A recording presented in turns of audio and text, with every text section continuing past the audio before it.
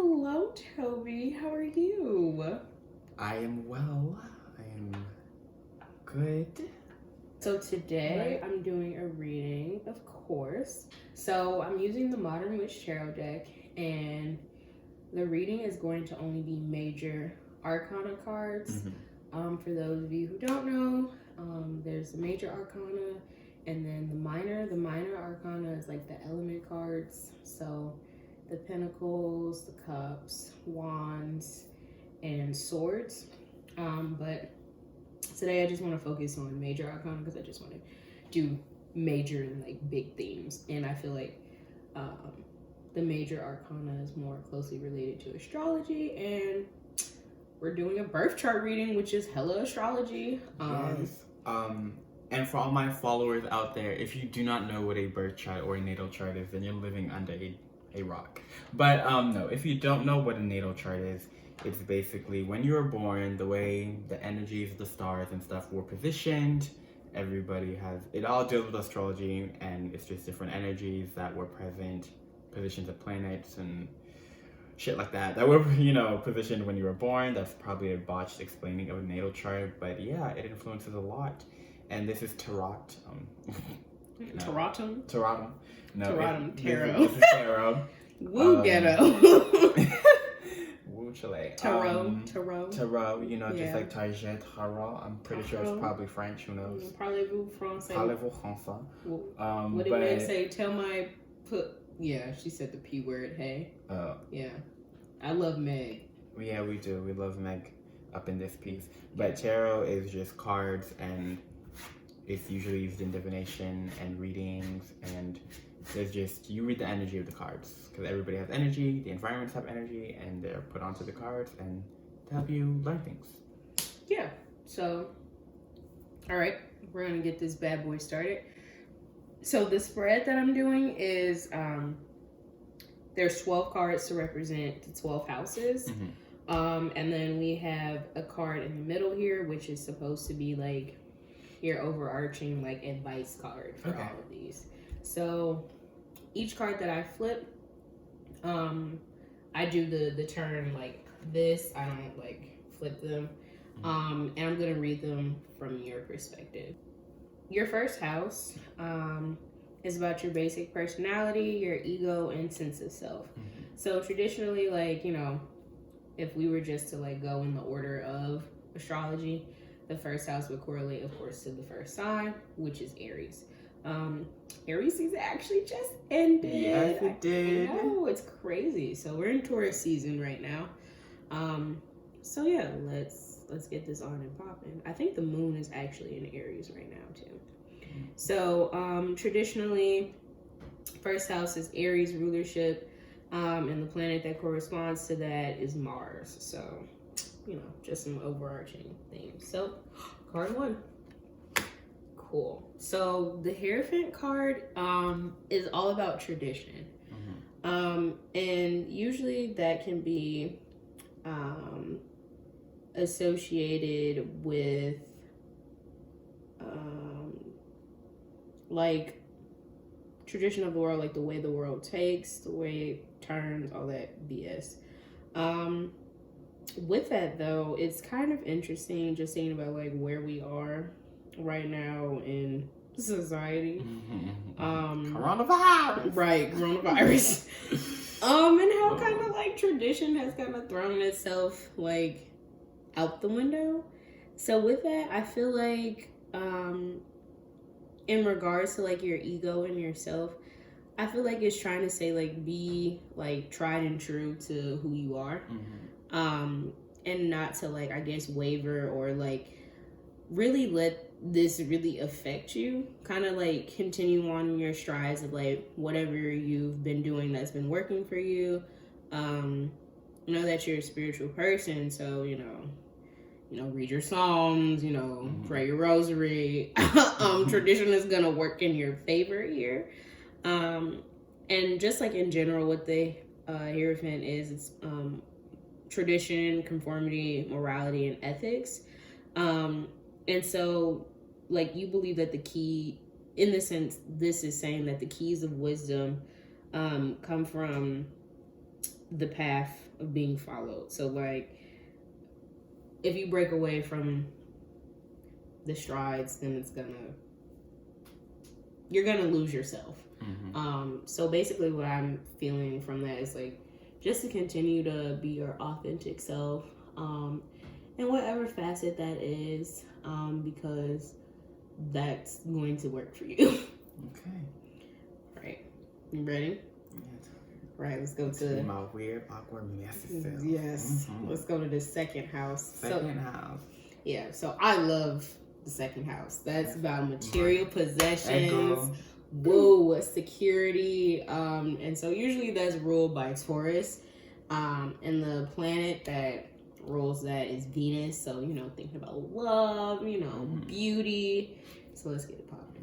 I definitely got, my second house definitely has. Woo child, the tower. Oh, goodness. The tower, baby. Oh, overall, this reading is supposed to be like new mood and energy you're supposed to focus on. So if I didn't say that before, I would say it now. The tower card, bitch. Okay, a sudden upheaval, disaster, broken pride. So it is like that associating with like the second house is definitely like money. Like the world is in chaos right now, and folks are the folks is really panicking. It's real ghetto out here. Them stimulus checks are not enough. Look.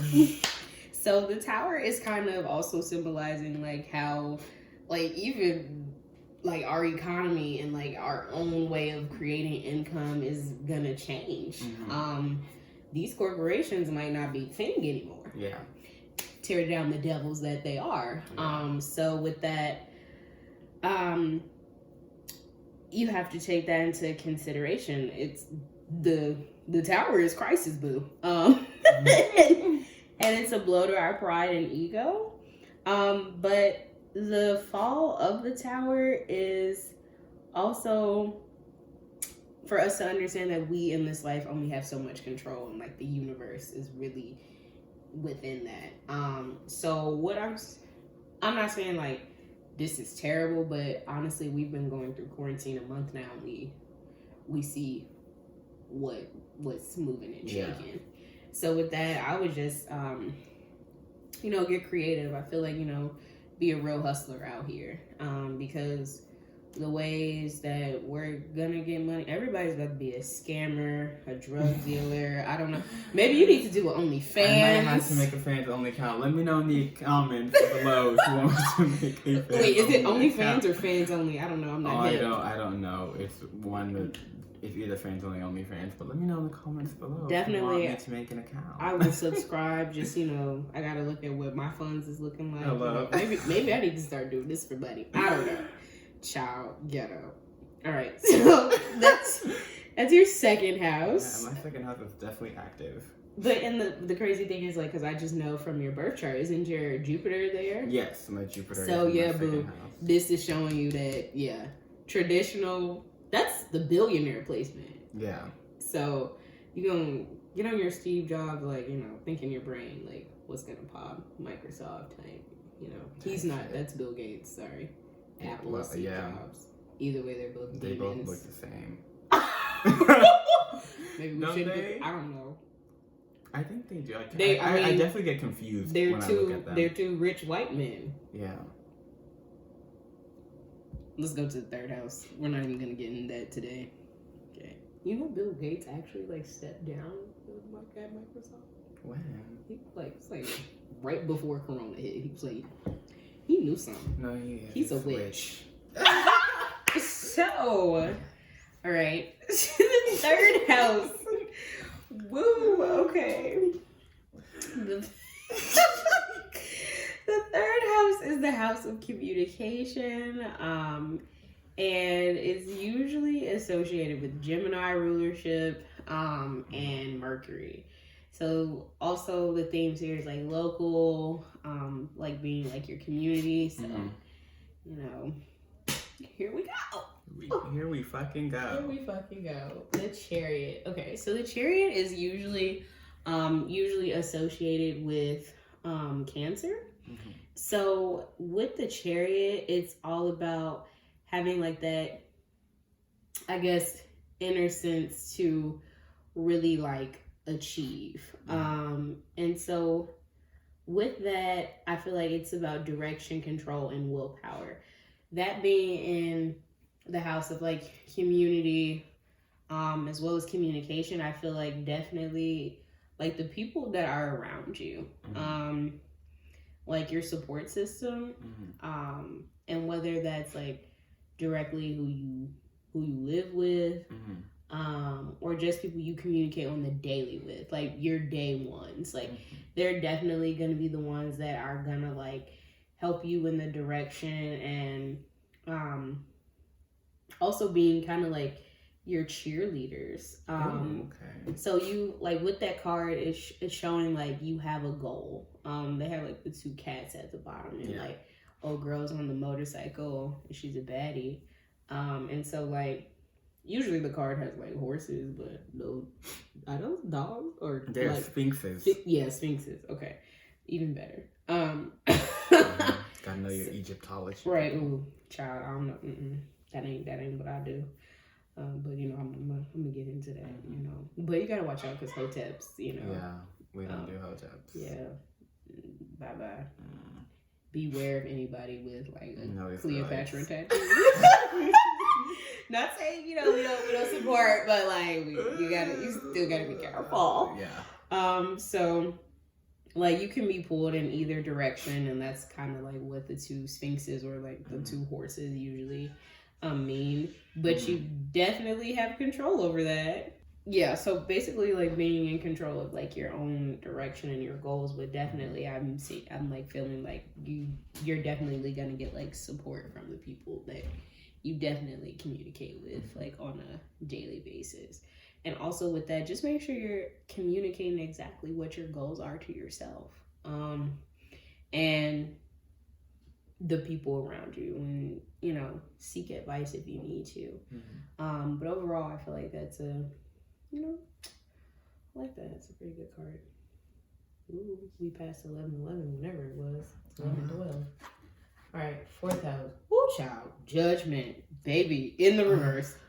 House of family. Ooh, my right. house is also packed with like my sun, my Venus, my Saturn. So. Look, okay. The Judgment card. So with the Judgment card, we're gonna. Oh, sorry, that house is the fourth house. Is that where we're at? Yeah, fourth Gemini. house. Then we're gonna go to what's that shit? Cancer. Sorry, I'm a Cancer rising, so I don't know why I was tweaking for a second. So traditionally ruled by Cancer. And Cancer is ruled by the moon. So with that, it's like the moon has a lot of illusions, and it's about like emotions. So with the Judgment card being in reverse, there's like a lack of self-awareness, doubt, or self-loathing. So Judgment card in the reverse is like a time for reflection that's necessary, and it's going to experience like a rebirth and an awakening. So you have to like take a look at like past actions, and you might not like what you see. You might like see a sense of loss or regret or guilt, and that is like kind of how you perceive yourself, or you've like taken on those issues that have particularly didn't even stem from you, that's stemming from family. So what that is, it's like you have to forgive yourself and not to be like weighed down by that guilt, because that's gonna just like restrict you if you decide to like have a family or pursue like that, or even just like as you grow older with your family, like there just might be issues with like your siblings because like you haven't done like the necessary work to like, okay, let me sort through this. And so that, I definitely think that that's what that is symbolizing. Even with this new moon like coming up, Taurus is like about some self-healing and like love and like Venus. So that like if you want to like really focus on that, I think that would be like a really cool way to like a really good way to like dive deep in that. Ask those questions like So like, yeah, there's been generational trauma. How do I sort through that? It's not gonna be like a like literally a one word like answer or even like a 1 week type situation. But definitely feel like that's where it's like at where it's gonna be popping. So fifth house. So the fifth house is usually ruled by Leo and the sun, and that's about like creativity and romance, casual romance. The seventh house is usually it's like the partnerships, marriage, stuff like that. So this is some casual sex. Oh, the magician. Okay, you spicy. You got the magic within. This is the second card in the fool's journey. You know, what you got in your magic bag? I got a lot what you got cooking with grease? I got the magic stick. Is it? Are there ratings for YouTube? So, magician is like associated with like your willpower, your desire, creation, and manifestation. So that's dope that that's in your fifth house. So, so it can like you can really bring some ish into fruition. You know, you gotta consult whoever you need to consult. I don't, you know, I don't know what you do, but whoever you talk to, or you talk to yourself. I don't know. So the magician represents pure willpower, and it's like combining like the elements that you would see in the minor arcana. So it's like, it's your like she has a wand. So, but then there's the sword. You see the pentacles and the cup. So it's like all of those elements together. Like I have the magic within. I can do this. I got this. So in the card, she is connecting the forces of heaven and earth, and understanding as seen above, so below.